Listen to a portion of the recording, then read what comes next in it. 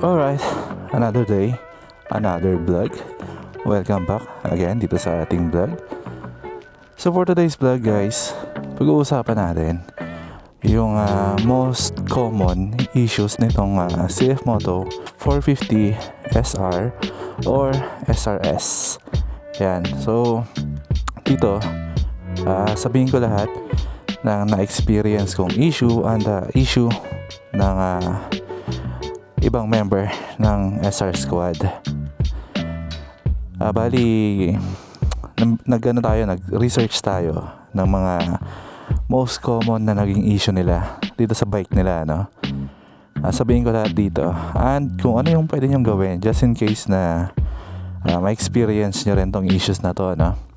So, part 1 pa lang to ng video natin. Meron pang kasunod. So, ayan. Kita nyo, naka stilt side mirror tayo. Galing kay Boss Andrew. Yun. Huwag nyong i-bash itong ating stilt na side mirror. Meron pa rin yan, nakikita guys. Tapos may mga signal light pa rin yan. Alright, let's go. First, most common issue na pwede nyo ma-experience dito kay 450 SR or SRS is yung kanyang rear brake. Yes, yan yung madalas kong nababasa na issue sa kanya, no? Mahina daw or lumulusot daw yung kanyang brake. So dito sa issue na to guys, parang feeling ko normal issue na to kay CF Moto, no? Lalo na dito sa kanilang 450 SR. Mas maganda na matutunan mo habang nagmumotor ka, no? Yung kung paano ba mag-brake sa big bike. Ang braking kasi ng big bike guys, or halos same naman sa lahat, mas maganda i-practice mo 70% dito sa may harap, 30% yung likod. Or mas maganda nga, lagi ka nagbe-brake sa harapan eh. Pero wag naman yung brake na parang bigla. Maganda yung gradual lang, controlled yung braking. So ayun nga yung naging issue, no? Yung rear brake either mahina or ang tawag nito, or lumulusot nga. Sa case ko naman, hindi ko pa siya na-experience kasi hindi ko gaano ginagamit yung rear brake ko eh. Ginagamit ko siya pero pinipitik-pitik ko lang. Kumbaga pang-alalay lang dito sa front brake natin. So ang solusyon, papalitan mo yung brake master mo. Madali lang palitan yan guys at mura lang. Pwede mong gamitin yung brake master ng RCV. Ganyan yung papalitan nyo. Then pagka napalitan nyo na yan, palitan nyo na rin yung brake fluid nyo para at least mas maganda yung braking nyo sa likod. Kung yun yung concern nyo, no? Yung braking. So siguro pagka nag-upgrade kayo niyan, nararamdaman nyo yung braking mas maganda para sa mga mahilig mag-brake dito sa likod. So ayan guys, ito papakita ko. Ayan, ito yung papalitan nyo. Okay, dito tayo sa number 2 na issue na pwede nyong ma-experience. Pero ito, parang rare to eh. Ito yung recent na experience ko at yung pinalitan natin. Okay, so yung kanyang sprocket, mayroon dyan kasi oil seal. Nitong nakaraan, napansin ko nagli-leak siya eh. Nakikita ko mayroong mga tumutulo. Papakita ko yung next clip ko anong ginawa ko. Alright, magpapalit tayo ng oil seal nitong sprocket, no? As you can see, ayan, no? Kumakatas siya or may leak. Ayan siya. Napansin ko to kailan lang eh. Akala ko yung sa may chain lube lang yan. Pero ayan. Anyway, order tayo sa online ng pamalit na pyesa or oil seal. So eto siya. Yun, good thing meron available. Same yan dito sa oil seal na nakalagay. Check nyo lang yung tawag nito. Check nyo lang ang part number. So, ayan yung part number niya. Nakikita nyo. Same yan dito. Alright. Tanggal na natin tong oil seal dito sa counter shaft. So, papalitan natin yan ng bago. Ayan o, kitang-kita yung ano. Saan tumatagas o. Yun, palitan na natin. Lang yung ginawa natin, ano, nagpalit lang tayo ng oil seal dun sa may kanyang counter shaft. Medyo madugo siya gawin. Ano, actually, ang mahirap lang i-DIY doon is yung parang lock nung nut eh. Yun lang yung mahirap gawin. Nakita nyo naman, ano, meron siyang leak. Hindi ko alam, siguro nataon lang na dito sa ating SR merong ganon na nagli-leak. Ang odo pa lang ng motor natin is wala pang 1K. Wala pang 1K yung odo niya. Lumabas yan nung unang change oil ko. Nakita ko, napansin ko. Hindi ko kagad siya inaksyonan kasi nga akala ko yung chain lube, kumbaga nabubuo yung chain lube doon. Akala ko chain lube lang siya. Then ayun, nakita ko meron na naman, binuksan ko, nakita ko, ayun, doon nga nanggagaling sa kanyang oil seal. Ang ginawa natin, nag-order tayo online. Thankfully, meron sa online sa may Lazada ko nabili. 'Di ba? Ang bilis lang, ganun lang. Naka-order tayo ng parts para doon. Nasa 600, around 500 to 600 yung presyo nun. Ayan. So, ayan yung pangalawang naging or pangalawang issue na pwede nyo ma-encounter. Pero hindi sa lahat meron yon. Siguro sa akin lang. Ewan ko. Then, next tayo, ano? Next na issue na pwede nyong ma-experience is yung kanyang TFT at etong kanyang susian. Papakita ko dyan next clip. Bali, etong case na to, nangyari to. Marami na to, guys. Marami nang nangyaring ganito sa 450 SR. Meron nakapost doon sa SRS na group or SR na group. Then dito kay Mike, kay Boss Mike, shoutout sa'yo. Nangyari sa kanya to, kumbaga nag-on yung kanyang panel kahit wala nang susi. Then nai-start din siya. Naka-steady lang na on. So eto yung clip na ipapakita ko.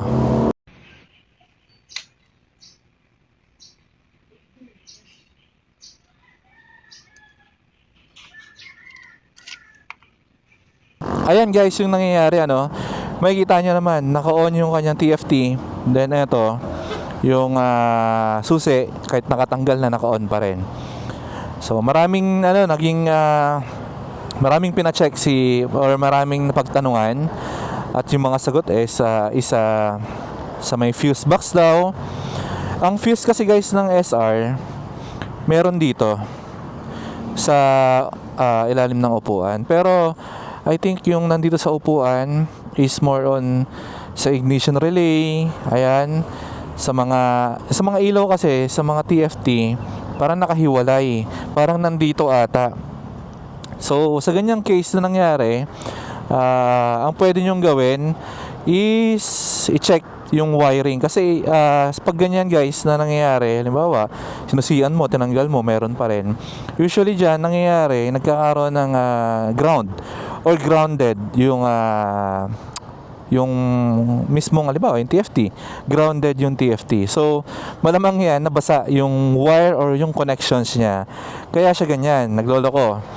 Yung connection na ito guys, nandito sa part na to. So babaklasin nyo yung windshield nyo. Then eto, baklas. Tapos ang ginawa lang ni Boss Mike, nisprayan niya ng contact cleaner. Tapos nilinisan yung connection mismo ng TFT. Then after that, ayun, boom, okay na. Naging okay na yung TFT niya. Then paano ba maiwasan yon guys, no, para hindi tayo dumating sa case na gano'n. Eto, medyo importante to eh. NMAX days ginagawa ko na to. Huwag kayo magka-car wash ng yung nagigil sa pressure washer. Ayan yung mostly may sala ay yung pressure washer. Tulad ng next na issue natin. Ito rin yung sala rin dyan, pressure washer. So pag nag-pressure washer kayo, usually dito, tinututok nyo dito, ano? Yung tubig kasi dyan, pag pressure washer, sumisiksik. So, inaabot niya yung mga connection na itong TFT, kaya siya nagiging grounded. Nababasa. So, nagkakaroon ng moist. Doon yung time na nagiging grounded siya. So, naglolo ko siya. Dito yan, guys. So, tip ko na lang, no, pag nagpapa-car wash kayo, or pa-car wash kayo sa labas, pag ginamitan ng pressure washer, paiwasan nyo na lang tong part na to. Huwag nyong patutok na pag yung sa pressure washer. Kasi baka pwede mangyari sa inyo to. Yung issue na ganun, no? Yung display ayaw mamatay. Then, pababa lang ang pressure. Then, next natin guys. Ito, nitong tag-ulan lang, ito yung madalas na naging issue ng 450 dito sa group namin, sa SR Squad. Yung ayaw mag-start yung mga motor nila. Basically, i-on nila, then check yung battery, pakita natin yung battery level or kung ilang volts pa. Ayan, so ayan yung volt ng battery natin. Pagka bumaba yan sa 12, hindi mo na may start tong motor mo. Pero sa case na nangyayaring ayaw mag-start, pa case na yan, it's either malakas yung battery or yung ignition relay mo putok na. Nangyayari guys, andito yung ignition relay sa loob nito guys. Sa loob, papakita ko na lang. Nasa loob ng seat cowl natin, nasa ilalim niyan. So, ang salarin din dyan guys, walang iba kundi yung nababasa or yung car wash. Pag nagka-car wash ka usually, eto guys, iwasan nyo pabugahan ng tawag nito, ng pressure washer dito sa ilalim. Kasi dito guys sumusut-sut dyan yung kumbaga parang pumapasok dyan yung tubig, lalo na pag ginamitan nyo ng pressure washer, talagang basang-basa yung loob. Ayun nga, di ba? Sa pagka-car wash dun pa lang nakukuha lahat yon. So, I advise pag nag-car wash kayo, relax lang sa paggamit ng pressure washer. Pa natin experience yung mga issue na yon kasi tayo yung nagka-car wash dito sa motor natin, tsaka hindi tayo gumagamit ng pressure washer tayo, next na issue na pwede nyo ma-experience. Ito medyo nakakatawa, ilang beses na ako nakakita ng SR na ganito. Yung mga tornilyo nila bigla na lang lumuluwag. Hindi naman nila ginalaw or bigla na lang siyang lumuwag tapos natanggal. Tulad nung kay Maxi, nung nag-ride kami papuntang Kabyang. Ito na experience niya. Never naman daw niyang niluwagan or tinanggal. Ito, bigla na lang lumuwag tapos natanggal. Ito. Kaya feeling ko maganda, check nyo yung mga tornilyo from time to time. Ito yung sa kanya lumuwag. Ito naman yung kay Patrick, yung dito sa ignition niya. Itong buong to, meron kasing dalawang tornilyo dito guys. Yung sa kanya lumuwag din, natanggal. So wala na yung ganto niya, yung tornilyo niya sa loob. 'Di ba? Kaya mas maganda from time to time i-check yung kung mahigpit ba yung mga tornilyo. Kasi pwede nyo ma-experience nun. Ako, yari. Lalo na yung dito, na-experience si Maxi. Walang naman yung mga issue na nababasa ko or na-encounter ko.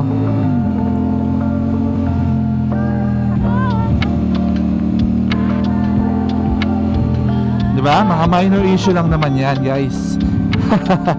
Huwag kayong matakot. Basta importante goods at walang issue yung makina mo at saka sa performance ng motor mo. Mas matakot ka doon pag nagka-issue doon, diba? Pero yung mga ganyan, normal issue lang yan, guys.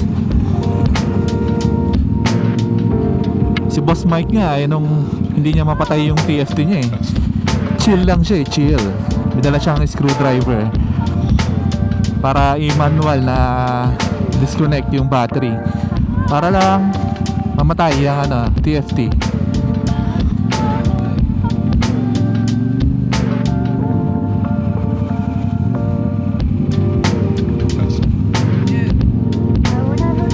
ito kagandahan eh, pag naka stilt side mirror tayo, madali na lang mag-filtering sa traffic. You know.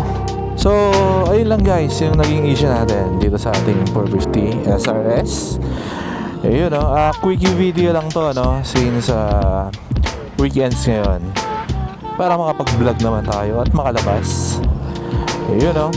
So, dito lang natin ulit tatapusin tong ating video. Kita-kits tayo ulit on the next video. Alright, peace out!